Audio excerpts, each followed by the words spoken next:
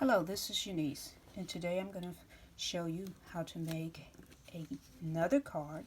It's a little bit different than the book card that I demonstrated, just a little bit different. Almost the same type of cut and scoring, just a slight variation in it.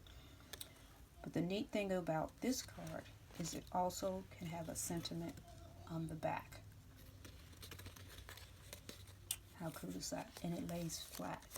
I once again took a basic 8.5 by 5.5 cardstock, and I scored from 1/2 inch all the way down to 7. And I'll be showing you how to make these score lines. What I like to do is create a pattern.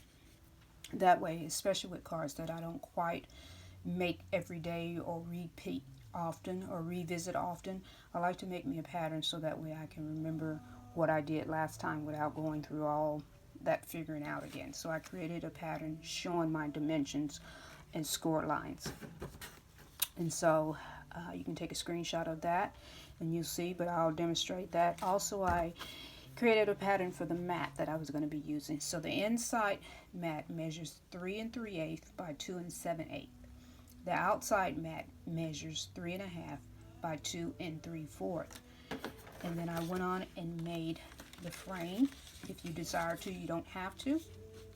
But if you would like to make a frame to go around your card, you can. The frame measures, and I write all my measurements down so I can keep an idea, is 8 3/8 by 5 1/4. And once again, it'll lay over like this over the card, and then you can create your mat. So let me go ahead and show you how I scored that, and this is how it's going to look. Let me go ahead and show you.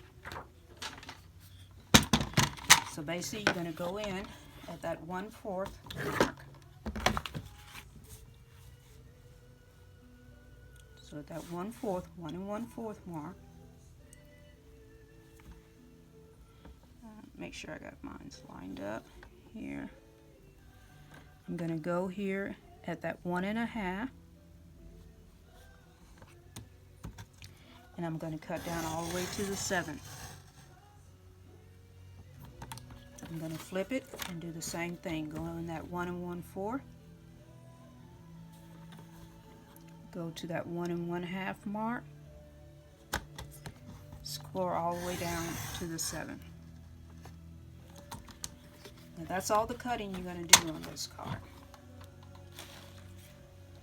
Bring out your score pad or whatever you use to score with, and basically you're going to score from that cut to cut, which is going to be about 1 1/2. You score from the cut to the cut. You can come in and score at the 2.5.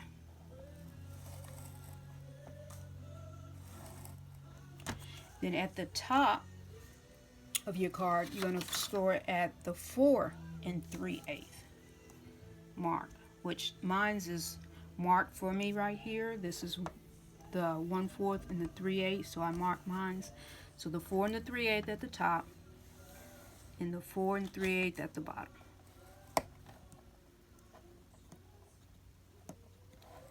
Oh, sorry, don't do what I did. I was just trying to read from that.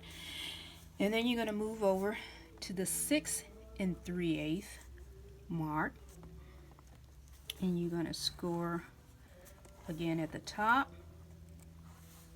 You're going to come all the way down, and I just like to trace that and score at the bottom. Then you're going to go again from this cut line here. So you're going to score from the cut line, which comes to about that 7 inch. And I like to flip it, just makes it easier for me. And go in again at that 2.5 mark. That's where you're going to score it again. And so that's pretty much what you're going to do on that. So once again, you score from 1.5 down to 7. And then you fold the card. Fold it in. Fold it out. I'm sorry. You fold it out. Sorry about that. Fold it in like so. Very top. I'm filling for those score lines at the bottom.